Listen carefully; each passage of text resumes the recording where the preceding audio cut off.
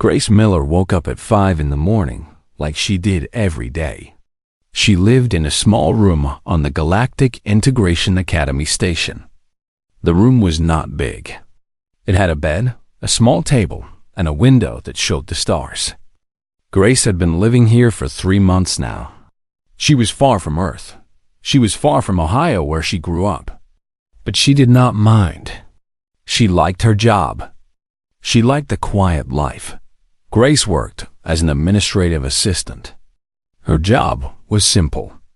She filed papers. She updated records on the computer. She answered messages. She helped students find their classes. The academy was a big place. It had students and teachers from many different planets. Some had scales. Some had feathers. Some had skin that looked like glass. Grace had learned not to stare. She had learned to smile and be polite to everyone. She got dressed in her uniform. It was gray and plain. She made herself a cup of coffee from the small machine in her room. The coffee was not as good as the coffee back home, but it was warm and it helped her wake up. She grabbed her bag and walked out into the hallway. The station was quiet at this hour. Most aliens did not start work until later. Grace liked coming in early. She liked having the office to herself for a little while. She could organize her desk. She could read through the day's tasks in peace. She could drink her coffee without anyone asking her questions. She walked through the long hallways. The floors were made of metal. Her shoes made soft sounds as she walked. She passed by windows that showed space outside. The stars were bright. A purple nebula glowed in the distance. Grace still found it beautiful, even after 3 months. She reached her office. It was a small room at the end of a hallway in Sector 7. Nobody important came to Sector 7. It was where they kept the storage, rooms and the old equipment. Grace did not mind. She liked having her own space. She put her hand on the door panel. The door slid open. She stepped inside and reached for the light switch. Then she stopped. Something was on her desk. No, not something. Several somethings. Grace squinted in the darkness. She could see shapes. Small shapes. They were moving. They were breathing. She turned on the light. 3 creatures were lying on her desk. They were curled up together like sleeping cats. But they were not cats. They had black fur that looked like it was made of shadows. Each one had 6 legs. Their claws were long and sharp. Even while sleeping, those claws looked deadly. The creatures were about the size of house cats. Maybe a little bigger. Grace felt her heart stop. She recognized these creatures. She had seen pictures of them in the Academy files. She had read about them in the Species Handbook. Vracthori cubs. The Vracthori were the most dangerous predator species in the galaxy. Adults stood 8 feet tall. They had killed entire armies. They had conquered dozens of worlds before joining the Galactic Alliance. They were feared by every species. Even the bravest warriors did not want to fight them. And now there were 3 of their babies sleeping on her desk. Grace's first thought was to scream. Her second thought was to run. Her hand was still on the light switch. The door was still open behind her. She could leave right now. She could call security. She could let someone else deal with this. But then one of the cubs opened its eyes. The eyes were amber-colored. They glowed like fire. They looked right at Grace. The cub made a sound. It was a small sound. A whimper. Like a puppy that was scared. Grace looked more closely. She saw something on the cub's fur. It was dark. It was wet. It was blood. The cub was hurt. Grace looked at the other 2 cubs. They were waking up now. Their amber eyes blinked open. They looked at her. They did not growl. They did not attack. They just looked at her with those glowing eyes. And Grace saw it. She saw fear. She saw pain. She saw babies that were alone and scared and did not know what to do. Something changed inside Grace. The fear was still there, but something else was stronger. She had never been able to walk away from something that needed help. When she was a little girl, she brought home stray cats and hurt birds. Her mother always said it would get her in trouble. One day, maybe this was that day, Grace set down her coffee thermos very slowly. She did not want to scare the cubs. She took a small step forward. The cubs watched her, but they did not move. "Hey there," Grace said softly. "It's okay. I'm not going to hurt you." She walked closer to the desk. She could see the wounds now. One cub had cuts on its legs. Another had a gash on its side.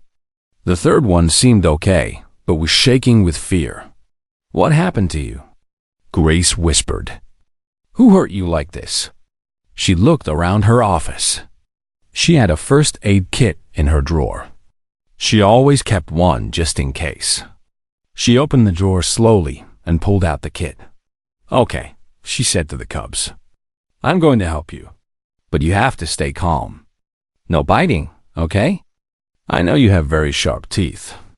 Please don't use them on me." The cubs watched as she opened the first aid kit. She took out bandages and cleaning solution. She had no idea if human medicine would work on Ractory, but she had to try something. She could not just let them bleed. She reached toward the first cub. Her hand was shaking. The cub could bite off her fingers with one snap of its jaws, but it did not move. It just watched her with those amber eyes. Grace gently touched the cub's leg. The fur was soft, softer than she expected. The cub whimpered again, but did not pull away. "Good baby," Grace said. "That's a good baby. I'm going to clean this cut now. It might hurt a little, but I'll be gentle. I promise." She cleaned the wound as carefully as she could. The cub made small sounds of pain, but stayed still. Grace bandaged the leg and moved to the next wound. She worked slowly and carefully. The other two cubs moved closer. They pressed against her arms. Their warmth surprised her. Their trust surprised her even more. She did not know that at that very moment, an alarm was going off in the security center. She did not know that the Academy's ancient computer system was analyzing her. She did not know that her name was being flagged with a designation that had not been used in 100 years. She did not know that her life was about to change forever. All Grace knew was that these babies needed help, and she was going to help them. When she finished bandaging all the wounds, she looked at the three cubs. They were pressed close to her now. One of them was licking her hand. Another had its head on her lap. The third was purring. At least it sounded like purring. "You poor things," Grace said. "Where did you come from? Where are your parents?" The cubs did not answer.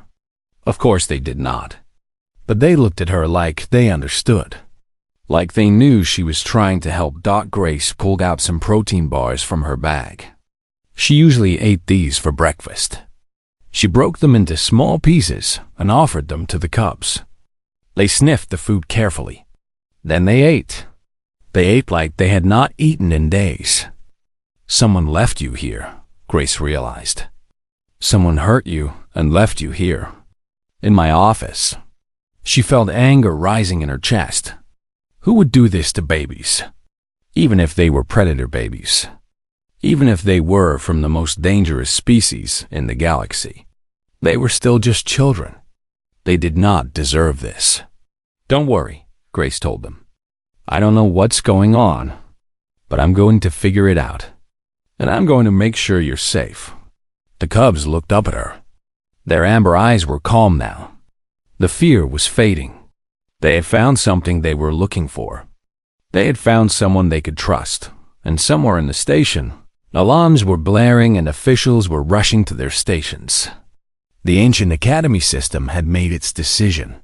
Grace Miller, administrative assistant from Ohio, was now classified as a top priority civilian, but Grace did not know any of this yet. She just sat there with 3 predator cubs curled around her, feeling confused and worried and strangely peaceful all at the same time. Commander Ben Taylor was having a normal morning. He was sitting in the main control room with his coffee. He was reading reports about supply shipments. It was boring work, but boring was good. Boring meant nothing bad was happening. Then his tablet started screaming, not ringing, not beeping, screaming. The alert sound was so loud that Ben almost dropped his coffee. Red lights flashed across every screen in the room. Other officers jumped up from their chairs. Everyone was looking around in confusion. What is happening? Ben shouted. Lieutenant Megan Cross was already pulling up data on the main screen. Her face went pale as she read the words. "Sir, we have a priority breach," she said. "Bracthery offspring detected in Sector 7. A human civilian is in contact with them." Ben felt his stomach drop. Bracthery cubs on the station. This was very bad. This was very, very bad. How did they get here? He demanded. Where did they come from? Unknown, sir. The system is still analyzing. But there's something else. Megan pointed at a flashing line of text. The civilian has been tagged. Classification upgraded to top priority civilian. Immediate intervention required. Ben stared at the words. He had been working at the academy for 15 years. He had seen priority alerts before. But top priority civilian was a special designation. It was only used for very important people. Diplomats from powerful worlds. Scientists who knew secrets. Leaders who could start or stop wars. Who is this civilian? Ben asked. Megan pulled up a file. A picture appeared on screen. It showed a young woman with brown hair and a friendly smile. She looked very ordinary, very normal, very human. Grace Miller, Megan Reed, age 29. From Ohio, Earth. Job title, Administrative Assistant. She's been here for 3 months. No military training. No diplomatic connections. Her file says she's good at organizing files and making schedules. That's it? Ben was confused. Why would the system tag her as top priority? I don't know, sir. The Academy's main computer is an ancient system. It was built by the first architects long before any of us were born. Even our best scientists don't fully understand how it works. It sees things we can't see. It knows things we don't know. Ben remembered learning about the Academy's computer when he first started working here. It was older than most civilizations. It had watched over this station for thousands of years. It had made decisions that seemed strange at first, but always turned out to be right in the end. If the system said Grace Miller was important, then she was important, even if nobody understood why. Show me the security feed. Ben ordered. Megan switched the main screen to show the camera in Sector 7. Ben saw a small office. He saw a desk covered in shredded papers. And he saw something that made him forget how to breathe. A small human woman was kneeling on the floor. 3 Bracthery cubs were around her. One was in her lap. One was pressed against her side. One was eating something from her hand. The woman was talking to them. She was smiling. She was petting their fur like they were puppies. That's impossible, Megan whispered. Ben nodded slowly. It was impossible. Everyone knew that Bracthery cubs were wild. They were born with killer instincts. They attacked anything that moved. There were stories about cubs killing entire groups of trained soldiers. They did not let strangers touch them. They did not sit calmly and eat food from someone's hand. But that was exactly what they were doing now. Has anyone ever seen anything like this before? Ben asked. No, sir, never. Bracthery cubs don't bond with outsiders. They don't trust anyone outside their own species. This goes against everything we know about them. Ben watched the screen. The woman, Grace Miller, was now checking one of the cubs for injuries. She moved slowly and carefully. She talked in a soft voice. The cubs watched her with calm eyes. They trusted her completely. "We need to contact the Vractory," Ben said. "If their cubs are here, they will want to know." "Already done, sir.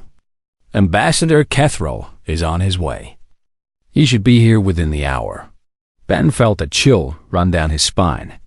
Ambassador Kethrel was the highest-ranking Vractory official in this sector of space. He was old and powerful and very dangerous.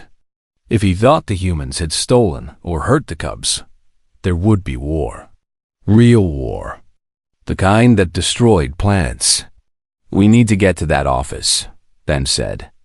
"We need to secure the area before the ambassador arrives. And someone needs to talk to that woman." He grabbed his jacket and headed for the door. Megan followed close behind. "Sir, what are we going to do?" she asked. "I don't know yet, but we need to keep everyone calm, especially the Vractory. If they think we're a threat to those cubs, they will destroy this entire station." They walked fast through the hallways. Word was already spreading. Other officers were running back and forth. Aliens were looking around nervously. Everyone had heard the alarms. Everyone knew something big was happening. They reached Sector 7 in 15 minutes. A small crowd had already gathered outside the office door. Security officers, scientists, curious workers who wanted to see what was going on. Ben pushed through them all. "Everyone back," he ordered. "Give us space. This is a secure situation." He walked to the office door and looked through the window. Grace Miller was still inside. She was sitting on the floor now. All three cubs were piled around her. One of them was sleeping with its head on her leg. The woman looked up and saw Ben watching her. She gave a small wave. Ben opened the door slowly. He did not want to startle the cubs. "Ma'am," he said, "I'm Commander Ben Taylor. I need to ask you some questions." Grace nodded. She did not look scared. She looked tired and confused, but not scared. "I figured someone would come," she said. "These are Vractory cubs, right? I recognize them from the files." "Yes, they are. Can you tell me how they got here?" "I have no idea. I came to work this morning, and they were on my desk. They were hurt and bleeding. I cleaned their wounds and gave them some food. That's all I know." Ben looked at the cubs. They were watching him with their amber eyes. They did not look friendly, but they were not attacking either. They seemed to understand that he was not a threat. Or maybe they just trusted Grace to protect them. "You cleaned their wounds?" Ben repeated. "Yes, with my first aid kit. I know it's not proper medical care, but I couldn't just leave them bleeding." "Ma'am, do you understand how dangerous these creatures are? Vractory cubs have killed trained soldiers. They have torn apart security teams. They are not pets." Grace looked down at the cub sleeping on her leg. She stroked its fur gently. "They're babies," she said simply. "Hurt, scared babies. I know what they could do. But that's not what they did. They let me help them. They trusted me." Ben did not know what to say. This woman was either very brave or very foolish. Maybe both. "The Vractory ambassador is coming," he told her. "He will want to take the cubs back." "Good. They should be with their own people." "Ma'am, I need you to understand something. The ambassador may not react well to this situation. Vractory are very protective of their young. If he thinks you have harmed them in any way, I haven't harmed them. I helped them. I know. But Vractory don't always listen to explanations. They act first, and their actions are usually violent." Grace looked up at him. Her eyes were steady and calm. "Then we'll just have to show him that I'm not a threat," she said. "I'm not giving these babies to anyone who might hurt them. I don't care how scary they are. Ben stared at her. This small, ordinary human woman was ready to stand up against one of the most powerful beings in the galaxy. For 3 baby creatures she had just met this morning, the Academy system had tagged her as top priority civilian. Ben was starting to understand why. There was something special about Grace Miller. Something that had nothing to do with her job or her training or where she came from. Something deeper. Something that even the ancient computer could recognize. She cared. She cared so much that she would risk her own life for creatures that everyone else feared.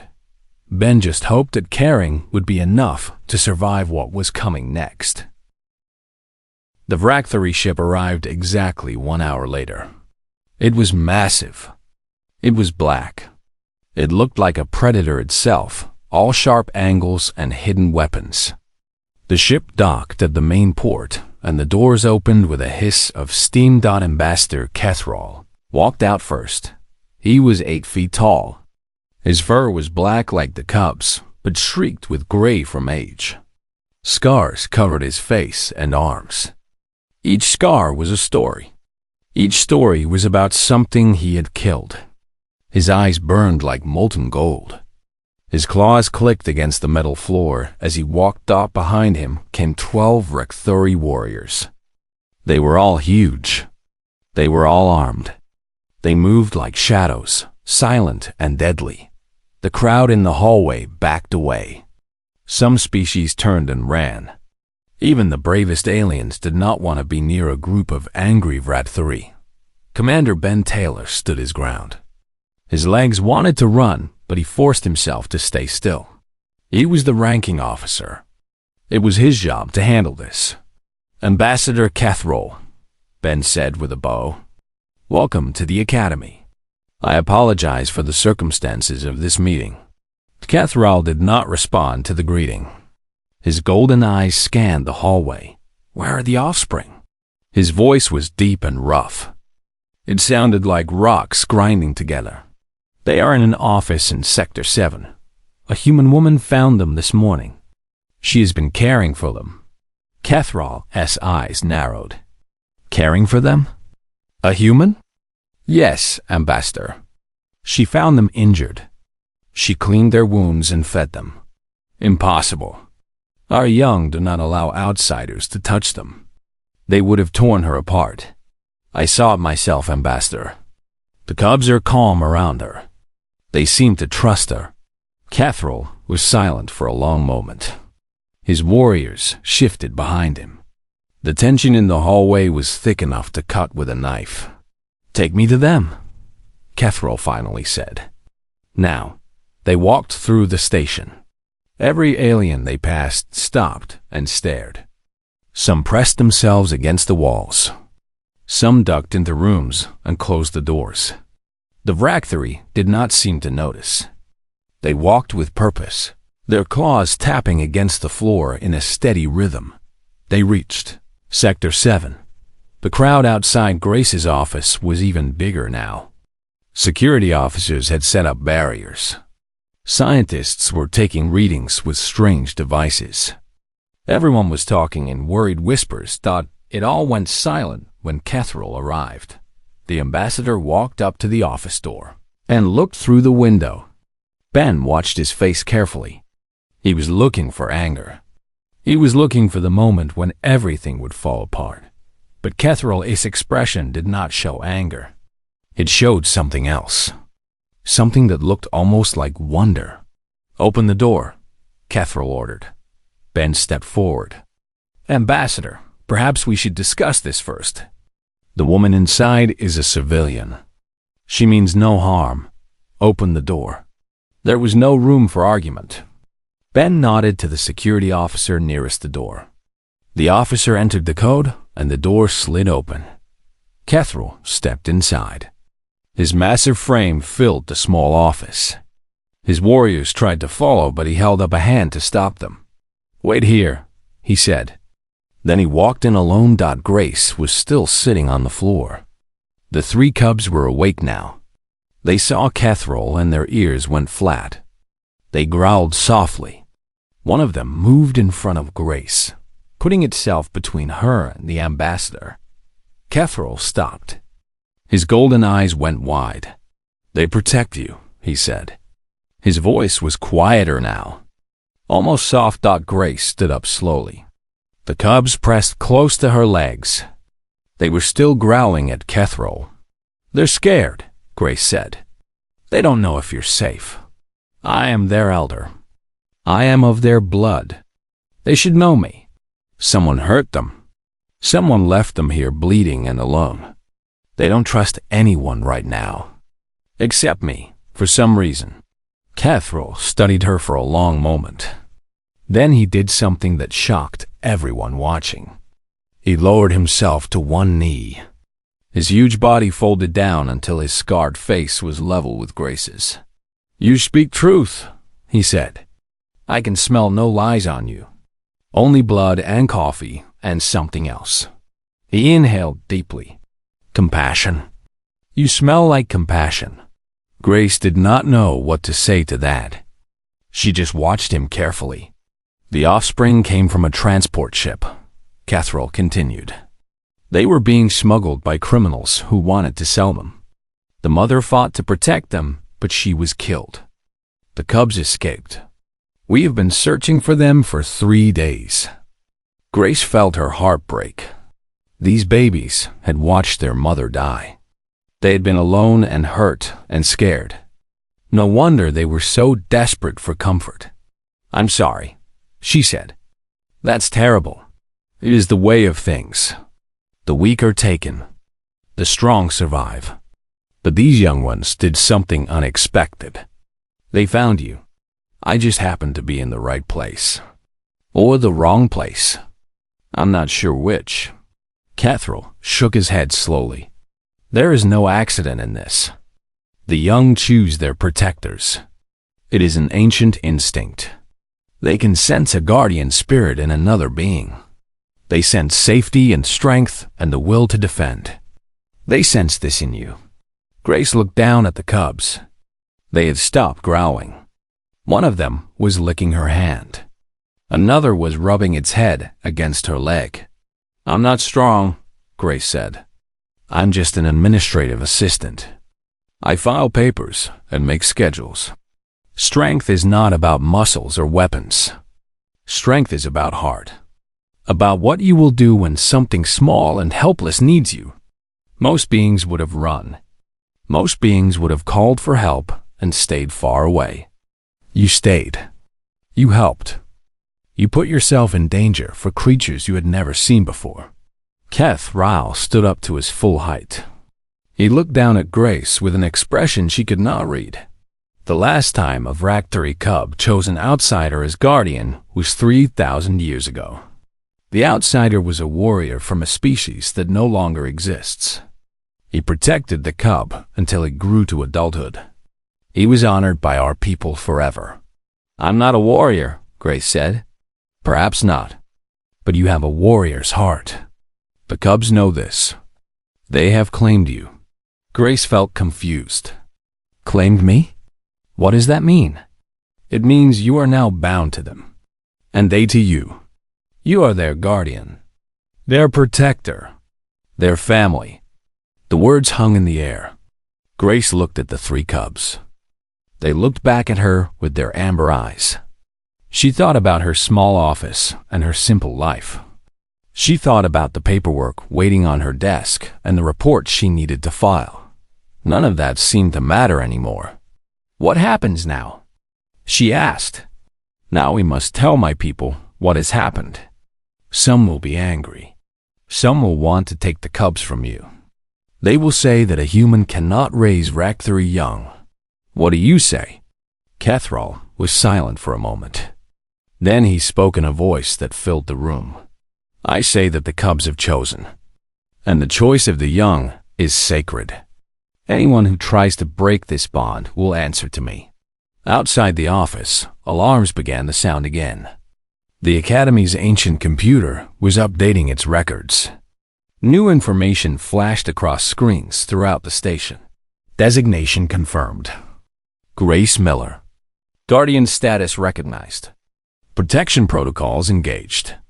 Grace did not understand what any of this meant, but she understood one thing. Her life would never be the same again. She looked at Kethrol. She looked at the cubs. She took a deep breath. "Okay," she said. "What do I need to learn?" The weeks that followed were the strangest of Grace's life. She was moved from her small room to a large suite in the secure section of the station. The cubs came with her. They went everywhere with her now. They slept in her room. They ate with her. They followed her through the hallways like shadows. She learned their names. Wrath was the biggest one. He was bold and protective. He always walked in front of Grace when they went somewhere new. Venna was the female. She was clever and curious. She liked to explore every corner of every room. Kiro was the smallest. He was shy and gentle. He liked to curl up in Grace's lap and sleep. Grace loved them all. She could not help it. Even though they had claws that could cut through metal. Even though they were growing bigger every day. Even though their species was feared across the galaxy. To Grace, they were just her babies. Dr. Sam Ortega became her closest friend during this time. Sam was the station's xenobiologist. His job was to study alien species. Now his job was to help Grace understand her new children. Fractary cubs grow fast, Sam explained one day. They were sitting in his lab while the cubs explored the room. In about 6 months, they'll be the size of large dogs. In a year, they'll be as big as horses. By age 5, they'll be fully grown adults. Grace watched Wrath knock over a shelf of samples. Sam sighed but did not complain. "How do I take care of them?" Grace asked. "I don't know anything about raising Fractary. Nobody does. They're a private species. They don't share information about their young. What we know from observation. They eat meat, lots of it. They need exercise and space to run. They need mental challenges, or they get bored and destructive." As if to prove his point, Venna pulled a wire out of a machine. Sparks flew. Sam groaned. "They also need discipline," he added. "But that's tricky.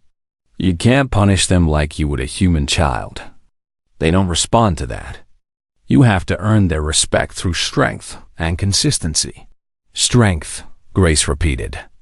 "I'm not exactly strong. Not physical strength. Remember what Ambassador Kethrol said. Strength of heart. Strength of will. You have to be the leader of your pack. You have to make decisions and stick with them. They'll test you constantly. But if you're consistent, they'll respect you." Grace spent hours every day learning about the Fractary. She read every file the Academy had. She watched recordings of adult Fractary. She talked to Ambassador Kethrol whenever he visited. Slowly, she began to understand. The cubs were not just animals. They were intelligent beings. They understood language. They remembered everything. They could read emotions better than any species Grace had ever met. They knew when she was happy or sad or worried. They responded to her moods. One night, Grace had a nightmare. She dreamed about Earth. She dreamed about her mother who had passed away 2 years ago. She woke up crying. All 3 cubs were awake instantly. They pressed close to her. Wrath put his head on her chest. Venna licked the tears from her face. Kiro made a soft humming sound that was somehow comforting. "I'm okay," Grace whispered. "Just a bad dream." The cubs did not move. They stayed with her until her breathing slowed. They stayed until she fell asleep again. They were still there when she woke up in the morning. That was when Grace truly understood the bond. These cubs did not just need her. They cared about her. They wanted to protect her just as much as she wanted to protect them. But not everyone was happy about the situation. A message arrived from the Fractary homeworld. A group of elders had heard about the human guardian. They were not pleased. They said it was an insult to their species. They said a human could never properly raise Fractary young. They demanded that Grace be tested. What kind of test? Grace asked when Commander Ben told her the news. The ancient trials, Ben said. He looked worried. It's a test that Guardians must pass to prove their worth. The Vracthari have used it for thousands of years. What do I have to do? Survive. The trial takes place on the Vracthari homeworld. You'll be sent into the wilderness alone. You have to survive for 3 days. You have to hunt and find shelter. You have to prove you can provide for your offspring. Grace felt fear rise in her chest.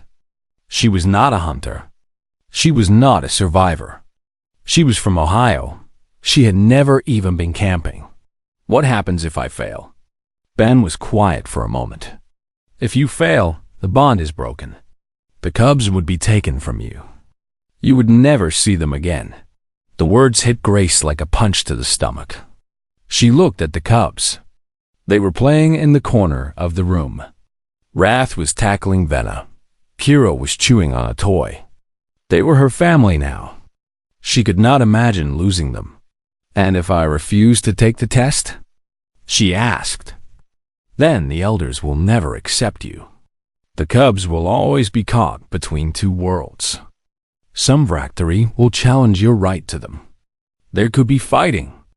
Maybe even war. Grace closed her eyes. This was not fair. She never asked for any of this.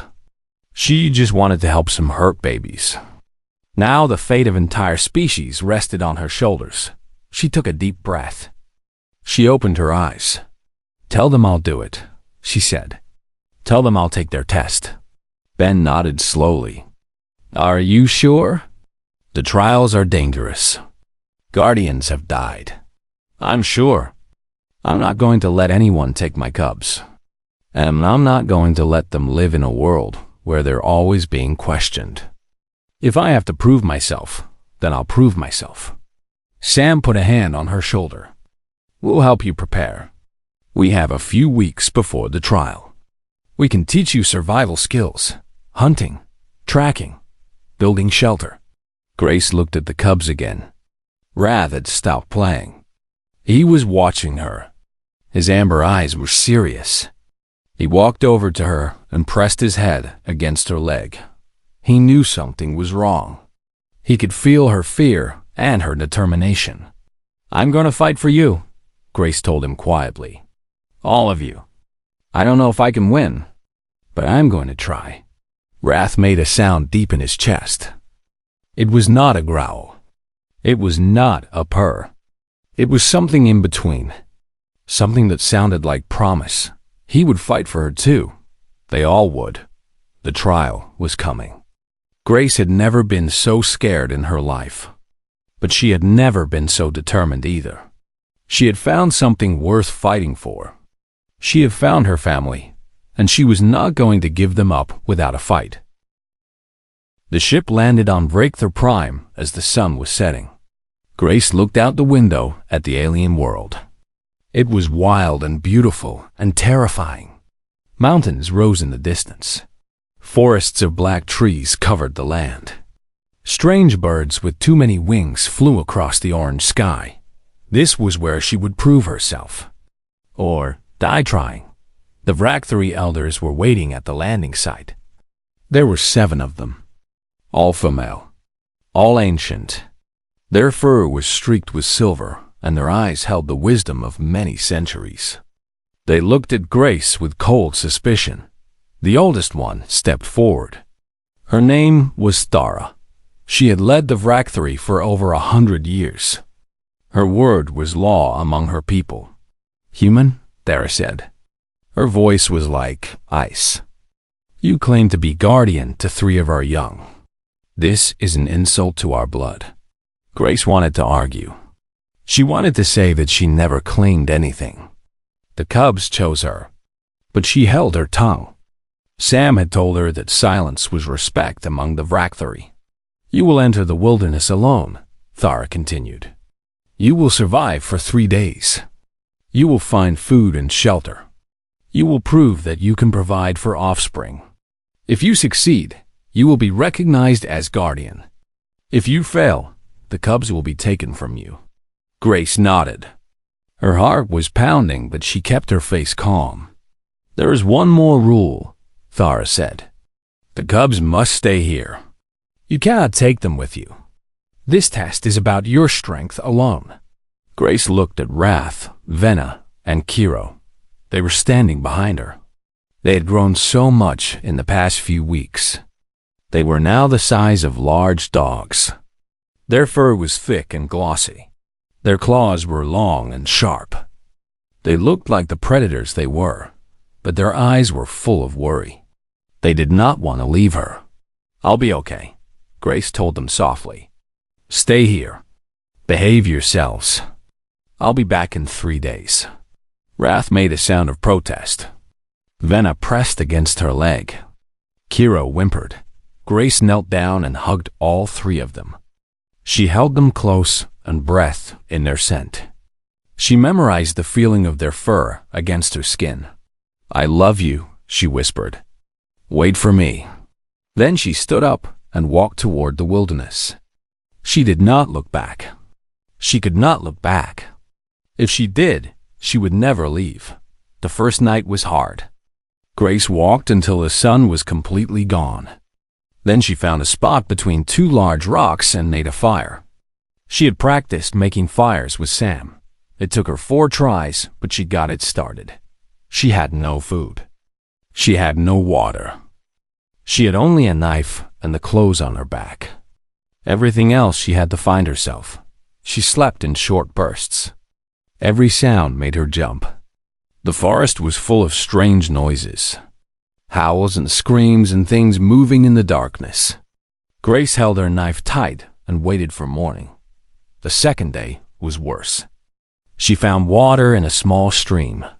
She found some berries that Sam had taught her were safe to eat. But she needed meat. The elders would not accept a guardian who could not hunt. Grace spent hours tracking a small animal through the forest. It looked like a rabbit, but with 6 legs and scales instead of fur. She was not fast enough to catch it. She was not quiet enough to sneak up on it. By the time night came, she had nothing. She made another fire and sat alone in the darkness. Her body hurt. Her ankle was twisted from a fall. Her stomach was empty. Her hope was fading.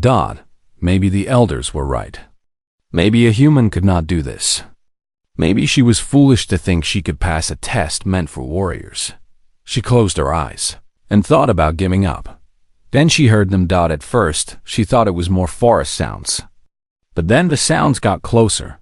She heard movement in the bushes. She heard breathing. 3 shapes emerged from the darkness. Wrath, Venna, Kiro. Grace stared at them in shock. What are you doing here? You were supposed to stay at the camp. The cubs walked toward her. Their eyes glowed amber in the firelight. They did not look worried anymore. They looked determined. Wrath pressed his head against her chest. Venna curled around her injured leg. Her warm body heat soothed the pain in Grace's ankle.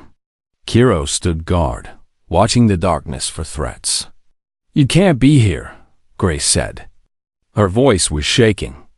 This is against the rules. You'll get us both in trouble. But the cubs did not move. They stayed close to her. They would not leave. Grace realized something then. The cubs had tracked her across miles of wilderness.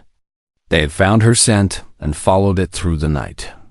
They had broken every rule of the trial. They did not care about rules. They only cared about her. Grace started to cry. She had been so focused on proving she could take care of them. She had forgotten that they wanted to take care of her too. That was what family meant. It was not one person doing everything. It was everyone helping each other. The cubs stayed awake through the night. They kept her warm. When morning came, Wrath disappeared into the forest.